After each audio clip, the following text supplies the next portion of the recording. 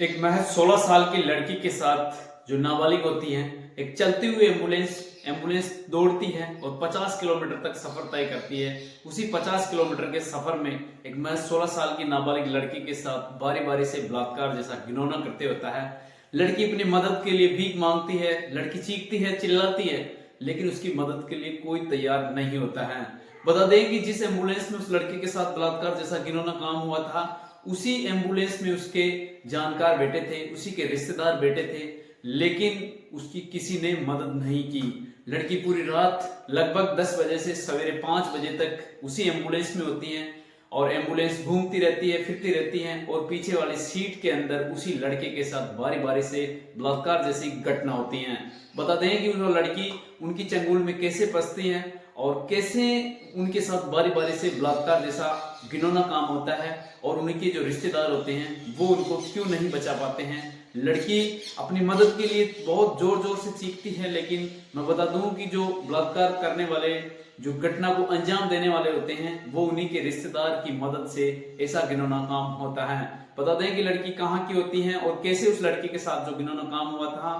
आप कहानी के अंत तक बने रहोगे तो आपके रोंगटे खड़े हो जाएंगे कि इस घिनौना काम करने के लिए जो अपने ही कैसे उस लड़की को जाल में फंसा लिया जाता है। जय हिंद, जय भारत। मैं लोकेश स्वागत करता हूं हमारी क्राइम स्टोरी शो में। दोस्तों, आपसे छोटी सी रिक्वेस्ट करता हूं कि अगर आप चैनल पे नए हो तो चैनल को सब्सक्राइब करना ना भूलें और बेल आइकन दबा देना, जिससे कि हमारा नया वीडियो आने का आपको पहले नोटिफिकेशन मिल सके।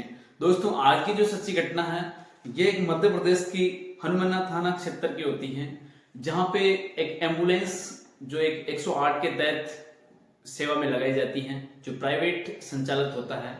उसका नाम, ड्राइवर का नाम होता है पंडित, जो एम्बुलेंस संचालक था और मालिक भी होता है और वही ड्राइवर होता है।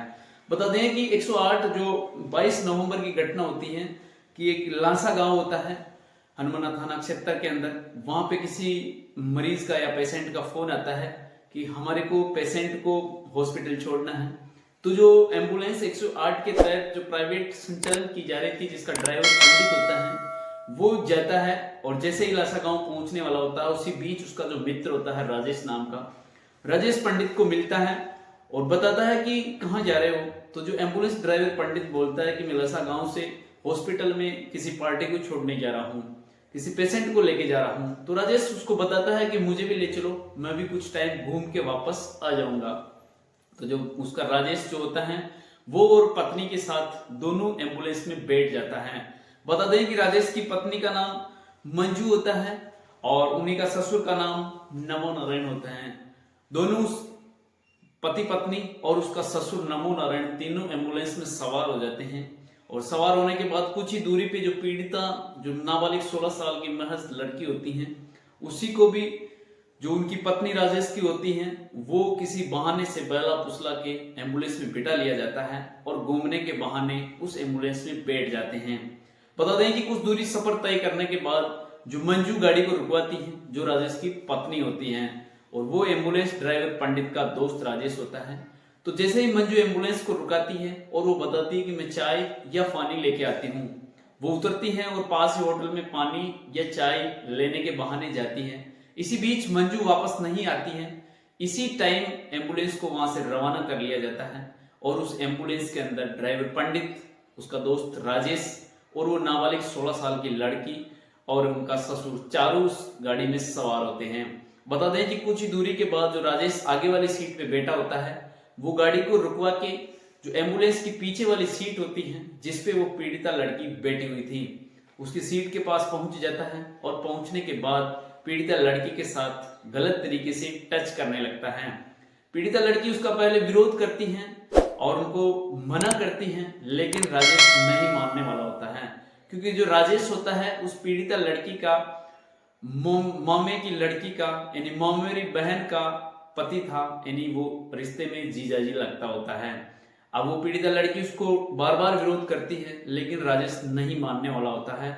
एम्बुलेंस चल रही थी और उसी बीच राजेश उस लड़की के साथ बारी बारी से बलात्कार जैसा घिनौना काम को अंजाम दे देता है।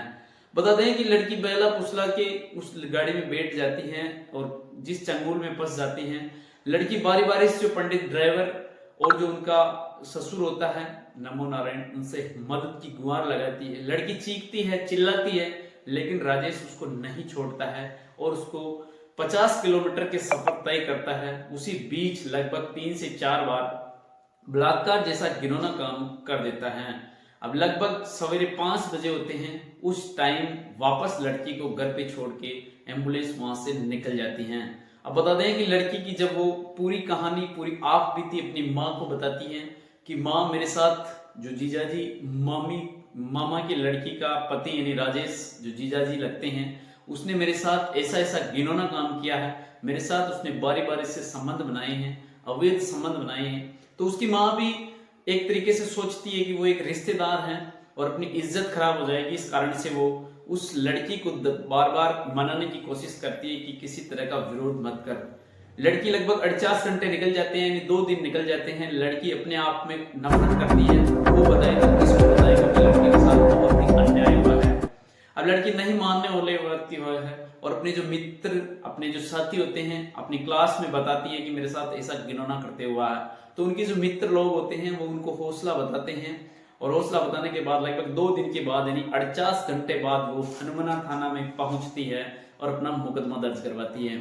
मुकदमा दर्ज करवाने में पुलिस पहले नॉर्मल ले लेती है घटना को, लेकिन जब वो मामला ज्यादा सोशल मीडिया के माध्यम से बात आगे बढ़ जाती है, पहुंच जाती है, उसी के बाद पुलिस हनुमाना थाना क्षेत्र की एक्शन में आती है और आरोपी पंडित और जो राजेश होता है दोनों को गिरफ्तार कर लिया जाता है और पॉक्सो एक्ट के तहत मामला दर्ज कर लिया जाता है। बता दें कि दोस्तों 2 फरार और होते हैं जो अभी तक वो गिरफ्त से बाहर होते हैं। दोस्तों वो जो नाबालिग लड़की होती हैं उसको भी नाम हमने गुप्त रखा है, लेकिन ये सच्ची घटना किसी के भी साथ घटित हो सकती है, क्योंकि जो नाबालिग लड़की होती है जिसकी उम्र में 16 वर्ष होती है वो इतना समझ नहीं पाई और अपनी बहन मंजू और जीजाजी राजेश के चंगुल में फंस जाती है और घूमने के बहाने वो उसी पे बैठ जाती हैं। बता दें कि जो पंडित पार्टी को, जिसमें लासा गांव में पार्टी या पेशेंट को हॉस्पिटल में छोड़ने जा रहे थे, उनको भी वो राजेश कैंसिल करा दिया जाता है। वो बता दें कि जो किराया आपको वहां पे बनता है वो हम अदा कर देंगे। उसके बाद वो उसके साथ बलात्कार जैसा घिनौना करने के बाद मामला मुकदमा दर्ज होने के बाद राजेश और जो पंडित होता है दोनों को सलाखों के पीछे भेज दिया जाता है। बता दें कि दोस्तों ये कहानी कैसी थी और राजेश और पंडित एम्बुलेंस ड्राइवर को क्या सजा मिलनी चाहिए, आपकी राय से कमेंट से